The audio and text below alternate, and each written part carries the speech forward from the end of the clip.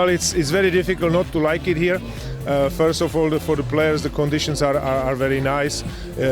It is every year actually we can see the same development where there are shy players from different corners of Europe coming here to Postojna. They don't know what they can expect. They don't know what is going on, and after 3, 4, 5 days, they feel here like home.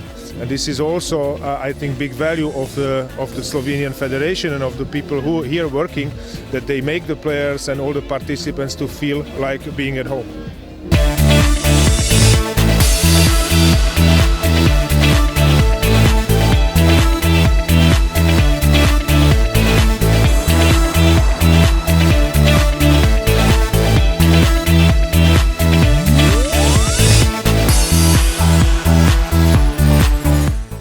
Pa mislim da su ovakvi kampovi za devojke izuzetno važni, jer pored svih onih košarkaških veština koje mogu da se nauče, mislim da je veoma važno da se devojke druže međusobno, jer generalno je to i suština sporta, jednostavno da ostvarite neka prijateljstva koja ćemo ostaviti za čitav život, i zaista mislim da to ove devojke trenutno rade ovde i eto, čast mi je što mogu da budem deo toga.